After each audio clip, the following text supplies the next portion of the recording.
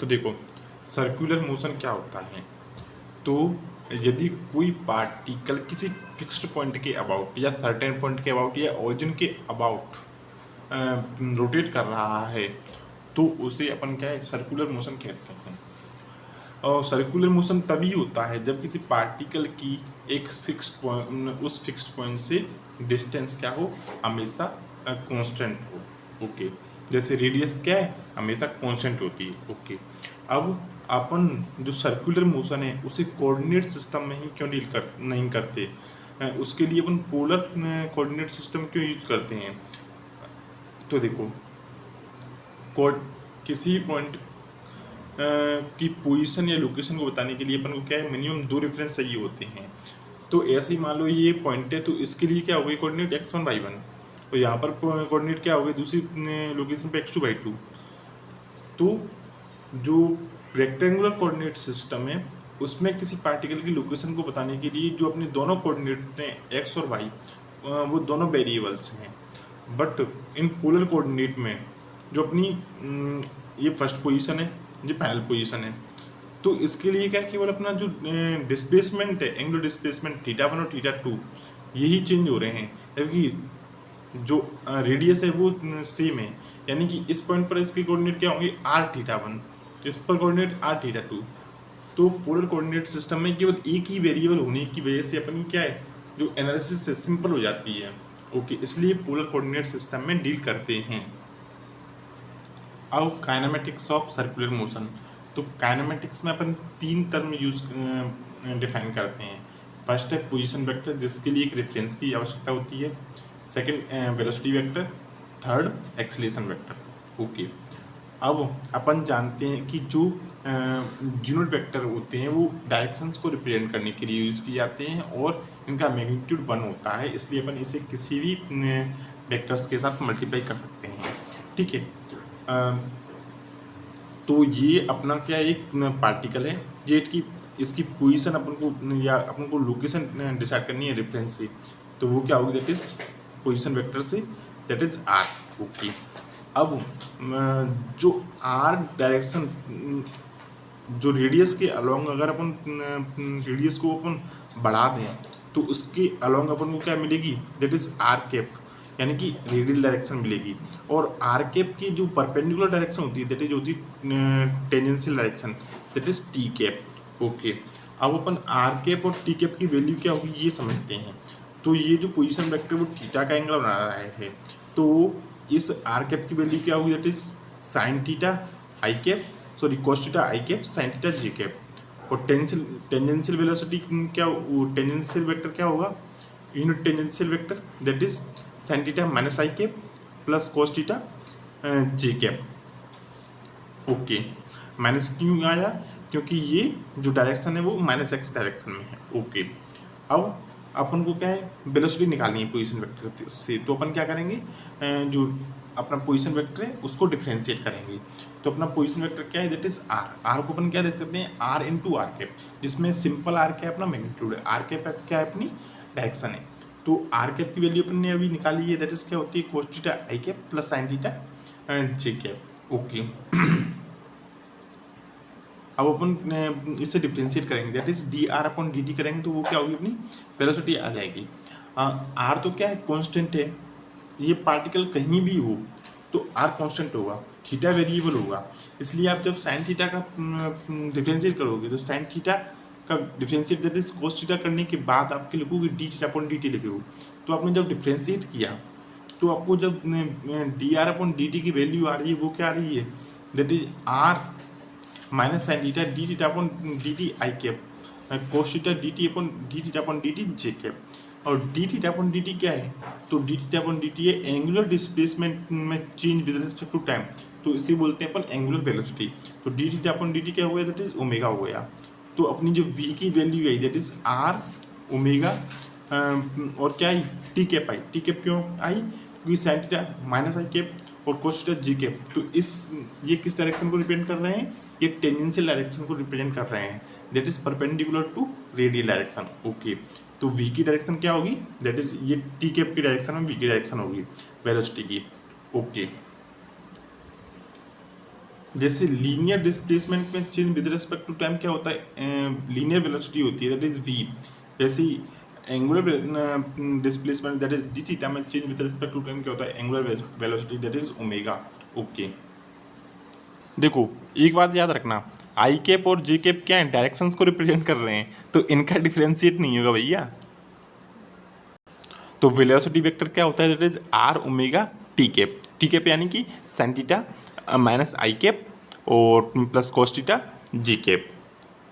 Okay, अब अपन velocity vector को भी टाइम के रेस्पेक्ट में डिफ्रेंशिएट करें तो यहाँ पर क्या हुआ, आर और ओमेगा है, ठीक है, और टी कैप की वैल्यू अपने रख दी थी, तो आर तो क्या हो गया, कॉन्स्टेंट हो गया, ठीक है, और ओमेगा दोनों के साथ मल्टीप्लाइड में आएगा, that is sine theta minus i cap plus cos theta J cap. अब इसका अपन जब डिफ्रेंशिएट करेंगे तो यहाँ पर साइन थीटा का जो थीटा है वो तो वेरिएबल है ही, पर ओमेगा भी वेरिएबल है, तो डी ओमेगा अपन डी टी क्या हो जाएगी अपना, दैट इज हो जाएगा अपना एंगुलर एक्सीलरेशन। तो इसको सॉल्व करने के बाद जो अपने एक्सीलरेशन आएगा उसकी वैल्यू आएगी दैट इज आर डब्ल्यू square minus r cap plus r alpha t cap. Okay, दो टर्म्स आ गए। तो अब ये दो टर्म्स क्या रिप्रेजेंट कर रहे हैं, तो ये जो पहला टर्म्स है that is r omega square minus r cap क्या होगा, radially inward towards centre. Okay, तो इसे बोलते हैं अपन क्या, दैट इज रेडियली एक्सीलरेशन, और आर अल्फा इसे क्या बोलते हैं, that is tangential acceleration. Okay, अब ये जो आर ओमेगा स्क्वायर है वो किसकी वजह से आया है, और आर अल्फा है वो किसकी वजह से आया है, ये अपन को पता चलाना होगा। ओके, क्योंकि एक्सीलरेशन चेंज से ही आएगा। ओके, तो अपन को ये चेक करना है कि कौन सा वेलोसिटी के मैग्नीट्यूड की चेंज से आया, कौन सा वेलोसिटी के डायरेक्शन की चेंज से की वजह से आया है। ओके,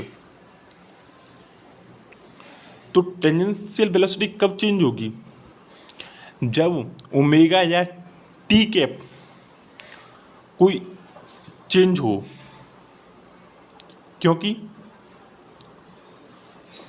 क्योंकि एक पार्टिकल के लिए हमेशा कांस्टेंट होगा आर, और वेलोसिटी हमेशा क्या टी कैप डायरेक्शन में होती है, तो वेलोसिटी तभी चेंज होगी जब ओमेगा चेंज हो। ओके, तो यानी कि वेलोसिटी दो ही तरीके से चेंज हो सकती है, जब तो उसका मैग्नीट्यूड चेंज हो जिसके लिए अपन उसके ओमेगा को चेंज होना पड़ेगा, यानी कि D omega upon d T आना पड़ेगा, या उसकी टी कैप की डायरेक्शन चेंज हो। तो यही दो केसेस हैं, जब टी कैप की डायरेक्शन के चेंज होने की वजह से जो एक्सीलरेशन आता है उसे बोलते हैं रेडियल एक्सीलरेशन, और ओमेगा यानी कि D omega upon d T के चेंज होने की वजह से जो एक्सीलरेशन आता है उसे बोलते हैं tangential acceleration. Okay, that is are alpha is tangential acceleration और R omega square is radial acceleration. Okay, पर अपन जो क्वेश्चंस डील करेंगे वो सारे मैग्नीट्यूड में करेंगे, अपन डायरेक्शंस का कोई मीन्स नहीं रखेंगे, यानी कि आर कैप और टी कैप का। ओके, अपने जो क्वेश्चन सॉल्व करते समय आर कैप और टी कैप को यूज नहीं करेंगे। ओके, देखो यदि सर्कुलर मोशन आ रहा है तो पक्का है कि रेडियल वेलोसिटी तो आएगी ही, सॉरी रेडियल एक्सीलरेशन तो आएगा ही, क्योंकि ये डायरेक्शन की चेंज होने की वजह से आ रहा है।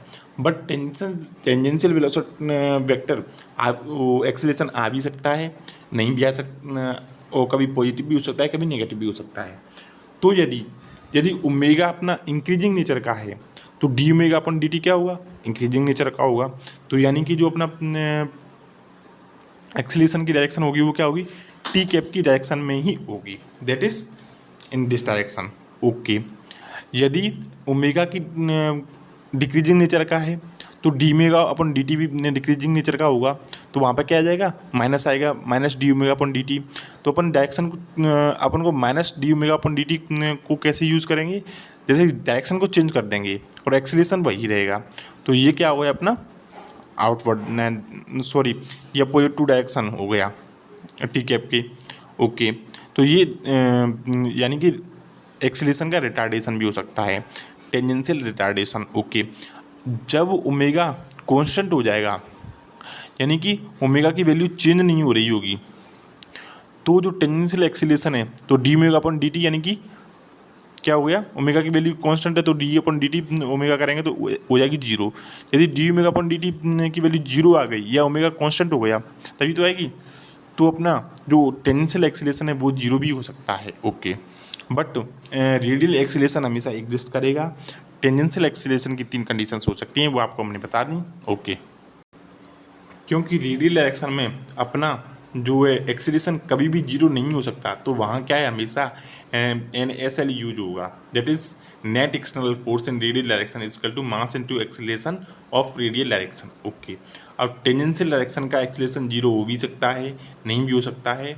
और तो यदि टेंजेंशियल डायरेक्शन का acceleration that is A T is equal to zero नहीं है, तो वहाँ भी एन एस एल यूज होगा, that is net external force in tangential direction is equal to mass into acceleration of tangential direction.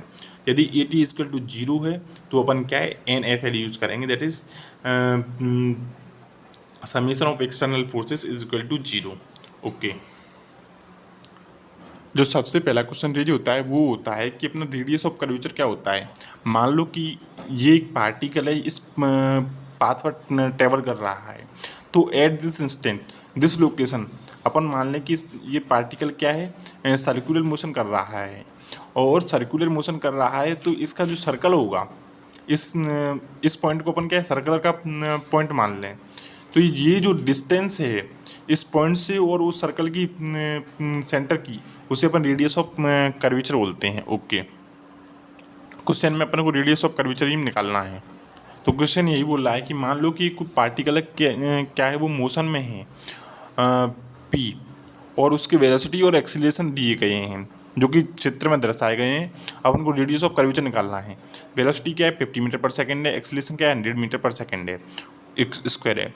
तो velocity की direction में अपना क्या होता है, दैट इज टेंजेंशियल एक्सीलरेशन होता है। यहाँ पर उससे कन्फ्यूज मत होना कि ये तो अपोजिट डायरेक्शन में है तो रिटार्डेशन होगा या एक्सीलरेशन होगा, अपन को केवल मैग्नीट्यूड से मतलब है यहाँ पे, ओके। तो वेलोसिटी की डायरेक्शन में क्या होगा अपना, along that is tangential acceleration, और टेंजेंशियल एक्सीलरेशन के परपेंडिकुलर रेडियल एक्सीलरेशन। तो ये क्या हो गया, टोटल एक्सीलरेशन दिया है, और ये टेंजेंशियल एक्सीलरेशन, और ये क्या है, रेडियल एक्सीलरेशन। ये एंगल 150 डिग्री दिया है, तो ये एंगल हो गया 30 डिग्री। इस एंगल को सॉल्व कर लिया तो अपन का रेडियस ऑफ कर्वेचर आ जाएगा, दैट इज आर, ठीक है। अगर क्वेश्चन में ये भी पूछ लेता कि अपन को निकालना है एंगुलर एक्सीलरेशन, तो वो भी अपन निकाल लेते। उसके लिए अपन क्या करते कि टेंजेंशियल एक्सीलरेशन का फॉर्मूला क्या होता है, that is are alpha use करते। तो आर की वैल्यू अपन को पहले मिल गई है, ओके। और टेंजेंशियल एक्सीलरेशन की वैल्यू अपन निकाल लेंगे इस चित्र से, तो वहाँ से अपना अल्फा की वैल्यू भी निकल आती है, ओके। तो सबसे पहले आप जानिए कि टेंजेंशियल पेंडुलम क्या होता है या कोनिकल पेंडुलम क्या होता है। तो वो पेंडुलम जो हॉरिजॉन्टल प्लेन में रोटेट करे या सर्कुलर पाथ में हॉरिजॉन्टल प्लेन में सर्कुलर मोशन करे, that is tangential pendulum. Simple pendulum vertical plane में क्या करे, सर्कुलर मोशन करे, ओके। अपन आपको नॉर्मल एक्सीलरेशन, नॉर्मल पेंडुलम या सिंपल पेंडुलम अगले वाले क्वेश्चन में बताएंगे। तो यहाँ पर क्वेश्चन में क्या बोल रहा है कि एक स्ट्रिंग से एक मास एम बना हुआ है जो कि ठीक है, हॉरिजॉन्टल सर्कल जिसकी रेडियस आर है उसमें सर्कुलर मोशन कर रहा है, ओके।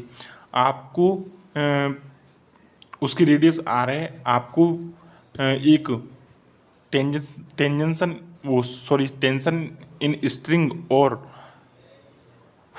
वेलोसिटी को बताना है। देखो अब क्वेश्चन में क्या हो रहा है, वेलोसिटी को बताना है, तो वेलोसिटी तो हर पॉइंट पर डिफरेंट होती है, पर यहाँ पर वेलोसिटी क्या है, एक बोल रहा है कि वेलोसिटी बताइए, तो यानी कि हर पॉइंट पर वेलोसिटी सेम है। तो हर पॉइंट पर वेलोसिटी सेम है, तो इसका मतलब ये भी हो गया कि टेंजेंशियल एक्सीलरेशन तो जीरो होगा, पर रेडियल एक्सीलरेशन तो कभी भी जीरो होता नहीं है, आप जानते हो, ओके। टेंजेंशियल एक्सीलरेशन कैसे जीरो हुआ कि that is A t equal to क्या होता है, जीरो कैसे, तो वी इजकल टू क्या होता है, ओमेगा आर, ठीक है। और ओमेगा आर में अगर वी की वैल्यू कांस्टेंट करनी है तो ओमेगा को कांस्टेंट होना पड़ेगा। अगर ओमेगा कांस्टेंट हुआ तो D omega upon d T that is क्या होता है, अल्फा कांस्टेंट हो जाएगा, तो अल्फा की वैल्यू जीरो हो जाएगी, तो ए टी क्या हो जाएगा, r into alpha that is zero हो जाएगा, ओके। अब अपन ने क्या किया कि पहले बनाया अपन ने एफ वी डी, फिर उसका केज बनाया, फिर इफेक्ट बनाया, ठीक है। और इक्वेशंस को सॉल्व किया तो आ गया अपना आंसर। ओके, बस कुछ नहीं है इसमें। cos थीटा और tan थीटा की वैल्यू भी आप रख सकते थे, पर उसके लिए आपको क्या है, इस जो rectangle sorry right angle triangle है उसको सॉल्व करना होगा। ओके, देखो क्वेश्चन है कि एक प्लम बॉब है, simple plum Bob, normal plum Bob, आप समझ गए ना कौन सा, दैट इज ये ओके। सिंपल प्लम बॉब है जो कि वर्टिकल प्लेन में मूव कर रहा है, और जब ये अपनी मीन पोजीशन से इतने पास कर रहा है तब उसकी वेलोसिटी 5 मीटर पर सेकेंड है। तो मीन पोजीशन पर टेंशन क्या है स्ट्रिंग में, और फोर्स, नेट फोर्स क्या है उसको बताइए आप। ओके, तो देखो पहले हमने बनाया एफ डी डी, फिर बनाया इफेक्ट। तो टेंशन स्ट्रिंग में, वेट नीचे, ठीक है। अब टेंशन और ये जो टेंजेंशियल डायरेक्शन में, उस डायरेक्शन में कोई फोर्सेस नहीं है। ओके, अब इफेक्ट, तो टेंजेंशियल डायरेक्शन में अगर यदि कोई फोर्सेस ही नहीं है तो एक्सीलरेशन तो होगा ही नहीं। ओके, तो e t equal to zero. अब रेडियल डायरेक्शन में क्या होगा, e r is not equals to zero, क्योंकि हमेशा ई आर की वैल्यू तो एग्जिस्ट करती है। ये किधर आया, दैट इज इनवर्ड। क्यों, क्योंकि इसका सेंटर कहाँ पे है, यहाँ पे, और इनवर्ड, और ये क्या है, रेडियस है, ये लेंथ। ओके, अब अपन को क्या करना है कि टेंजेंशियल डायरेक्शन में फोर्सेस को में एन एस एल लगाना है, और रेडियल डायरेक्शन में एन एस एल लगाना है। तो टेंजेंशियल डायरेक्शन में जब एन एस एल लगाया तो सिग्मा एफ टी क्या आ जाएगा, जीरो आ जाएगा। ओके, और इन रेडियल डायरेक्शन में F S L N S L लगाया तो सिग्मा एफ आर क्या आ जाएगा, दैट इज अपन निकाल लेंगे। ओके, समेशन नेट फोर्स निकालना है, इसमें आपको टी माइनस एम जी नहीं करना है, अपन को टी माइनस एम जी की वैल्यू ही निकालनी है। ओके, अब यहाँ से अपना टेंशन भी पूछता तो टेंशन भी निकाल लेते अपने स्ट्रिंग में। अब नेट फोर्स निकालने के लिए अपन क्या करेंगे, तो रेडियल डायरेक्शन में और टेंशियल डायरेक्शन, तो कट का स्क्वायर, लंब का स्क्वायर प्लस आधार का स्क्वायर से निकाल लेंगे। ओके, अब कुछ बच्चे क्या कर देते हैं, t is to m g, और पेपर में भी क्वेश्चन दिया रहता है ऑप्शन, बट ये आंसर गलत हो जाएगा। ये कब है, जब इक्विलिब्रियम कंडीशन में है, यानी कि ये मोशन नहीं हो रहा है इसका अपने पेंडुलम का, तब t is to m g होता। ओके, चाहे आप इन फोर्सेस के क्या ले लो, पर वो ले लो, क्या कहते हैं कंपोनेंट, टी कोस 90 डिग्री, एम जी कोस 90 डिग्री, तो भी तो जीरो वैल्यू आ रही है। ओके, इसलिए इधर तो direction ten that is tangential direction में, इस डायरेक्शन में फोर्सेस क्या है, जीरो है। ओके, सर्कुलर मोशन की जब भी बात होगी तो वहाँ टेंजेंशियल और रेडियल डायरेक्शन की बात होगी, हॉरिजॉन्टल और उसकी बात नहीं होगी वर्टिकल की, इतना याद रखना। क्वेश्चन बोल रहा है कि एक पहाड़ी की क्रेस्ट पर एक कार है जिसकी जो वेलोसिटी है वो 25 मीटर पर सेकेंड है, ठीक है, और जो पहाड़ी है उसकी रेडियस है दैट इज 625 मीटर, ठीक है। यहाँ पर कार का वेट नहीं दिया, वेट क्यों नहीं दिया है, क्योंकि वेट आगे क्वेश्चन में कैंसिल हो जाएगा, ठीक है। तो अपन ने क्या बनाया, एफ वी डी बनाया, ठीक है। क्वेश्चन में ये बोला था इसके साथ ही कि अपन ब्रेक लगाएं एट क्रेस्ट पर, तो जो डी एक्सीलरेशन होगा वो कितना होगा। तो अपन ने पहले एफ बी डी बनाया, कारण फिर इफेक्ट, ठीक है। तो एम जी आया वेट, नॉर्मल रिएक्शन आया, और काइनेटिक फ्रिक्शन आया, क्योंकि मोशन इस डायरेक्शन में है तो काइनेटिक फ्रिक्शन इस डायरेक्शन में, ठीक है। डी एक्सीलरेशन हो रहा है तो हमने क्या है जो तो अब अपन को देखनी है दैट इज रेडियल एक्सीलरेशन और टेंजेंशियल एक्सीलरेशन। तो टेंजेंशियल एक्सीलरेशन अपन ने इस डायरेक्शन में दे दिया, क्यों, क्योंकि अपन को क्वेश्चन में डायरेक्ट डी एक्सीलरेशन बताना है। अगर अपन एक्सीलरेशन डी इसमें इस क्वेश्चन में अपन एक्सीलरेशन ली थी इस साइड में तो वैल्यू माइनस आती है, बस और कुछ नहीं होता। ओके, और इसके परपेंडिकुलर क्या होगा, that is radial acceleration, that is downward side होगा, आप जानते ही। ओके, अब आपने रेडियल डायरेक्शन में एन एस एल लगाया और टेंजेंशियल डायरेक्शन में एन एस एल लगाया, क्यों, क्योंकि दोनों एक्सीलरेशन की वैल्यू जीरो नहीं है, यहाँ पर एक्सेलरेशन की वैल्यू 0 क्यों नहीं है टेंजेंशियल डायरेक्शन में, क्योंकि टेंजेंशियल फोर्स एफ के एग्जिस्ट कर रहा है। ओके, क्वेश्चन बोल रहा है कि एक वर्टिकल प्लेन में एक स्टोन को घुमाया जाता है स्ट्रिंग से बांधकर। तो हमें बताना है कि एट बॉटम और एट टॉप जो अपनी वेलोसिटी होंगी मिनिमम क्या होंगी कि सर्कुलर पाथ हो जाए। ओके, तो इसके लिए आपको दो चीज़ें रखनी है। पहले ए टू बी में कितना एंगल है, 0 to 90 डिग्री, और बी टू सी तक 90 डिग्री टू 180 डिग्री। ओके, तो यदि सर्कुलर पाथ कंप्लीट करना है तो 0 to 90 डिग्री का जो पोर्शन है उसमें वेलोसिटी 0 नहीं होनी चाहिए किसी भी पॉइंट में तक, बी से नीचे तक। ठीक है, और जो बी से सी तक का पार्ट है उसमें स्ट्रिंग में टेंशन 0 नहीं होना चाहिए पूर्व सर्कुलर पाथ कंप्लीट करने के लिए। पर जस्ट पॉइंट सी पर टेंशन 0 हो जाए तो कोई दिक्कत नहीं है, पर जस्ट लेस देन सी टेंशन 0 नहीं होना चाहिए। ओके, अब दी नेसेसरी। ओके, अब पार्टिकल सी एफबीडी बनाया अपने, तो ये क्या होगा, इधर टेंशन वर्क करेगा स्ट्रिंग पर दिस डायरेक्शन में, और ये क्या है एम जी वर्क करेगा। पार्टिकल क्या है अपना पॉइंट सी पर है, अपन ने पॉइंट सी पर बनाया है एफ बी डी। ओके, और एक्सीलरेशन इन टेंजेंशियल डायरेक्शन क्या होगा, 0 होगा, क्योंकि टेंजेंशियल डायरेक्शन में कोई फोर्स नहीं है, और एक्सीलरेशन इन रेडियल डायरेक्शन में एग्जिस्ट करेगा। ओके, अपन क्या लगाएंगे, एन एस एल लगाएंगे। तो एन एस एल लगाया आपने, तो एन एस एल से क्या होगा, t c plus m g square क्या हो जाएगा, एम सी स्क्वायर अपन आर। मिनिमम करना है तो टी सी की वैल्यू क्या हो जाएगी, 0 हो जाएगी, क्योंकि वेट तो 0 हो नहीं सकता, अपन 0 कर सकते हैं। तो वी सी स्क्वायर की वैल्यू क्या हो गई, वी सी मिनिमम की value that is m g r, sorry m से एम चली गई, तो रूट जी आर हो गई। ओके, अब पॉइंट ने ई पर भी अपन को क्या वेलोसिटी निकालनी है, तो पॉइंट ई पर वेलोसिटी निकालने के लिए अपन क्या करेंगे, एनर्जी कंजर्वेशन का रूल लगा देंगे। तो पॉइंट ई पर जो वेलोसिटी होगी और पॉइंट सी पर जो वेलोसिटी होगी वो दोनों एक होगी, potential energy kinetic energy plus potential energy plus kinetic energy. Point ई पर काइनेटिक एनर्जी क्या होगी, दैट इज 1/2 mv² मिनिमम, और पोटेंशियल एनर्जी क्या होगी, 0 होगी, क्योंकि अपन ने जो बॉटम है वहीं पर रेफरेंस मान लिया है, वहीं पर अपन ने क्या अर्थ को मान लिया है, तो उस पर जी की वैल्यू क्या हो जाएगी, 0 हो जाएगी। ओके, और पॉइंट सी पर क्या हो जाएगी, that is kinetic energy 1/2 mv² c minimum, m velocity c point की। ओके, और एम जी इंटू 2r, यानी कि weight into distance from difference, that is 2r है, रेडियस प्लस रेडियस। ओके, अब अपन ने इस दोनों वैल्यूज को सॉल्व किया तो आ गई अपनी वी ई मिनिमम की वैल्यू, दैट इज √5gr। इसी तरीके से अपन पॉइंट्स बी और पॉइंट डी पर भी वेलोसिटी निकाल सकते हैं, बट उसकी वैल्यू लगभग क्या पक्का √3gr आती है, बट इनकी डायरेक्शन डिफरेंट होती हैं। अपन को निकालने के लिए क्या करना होता है, अगर अपन निकालते तो अपन को यहाँ पर क्या है, पोटेंशियल एनर्जी की वैल्यू एग्जिस्ट करती है, that is m g into r. Okay, अब रिजिड बॉडी रोटेशन, तो रोटेशन किसके लिए आता है, तो रोटेशन सभी बॉडी के लिए आता है। पार्टिकल के लिए तो सर्कुलेशन पार्ट आता है। ओके, ठीक है, तो मान लो ये एक बॉडी है, ठीक है, और इसके डिफरेंट पार्ट्स, ठीक है, एक ही लाइन ऑफ एक्सिस के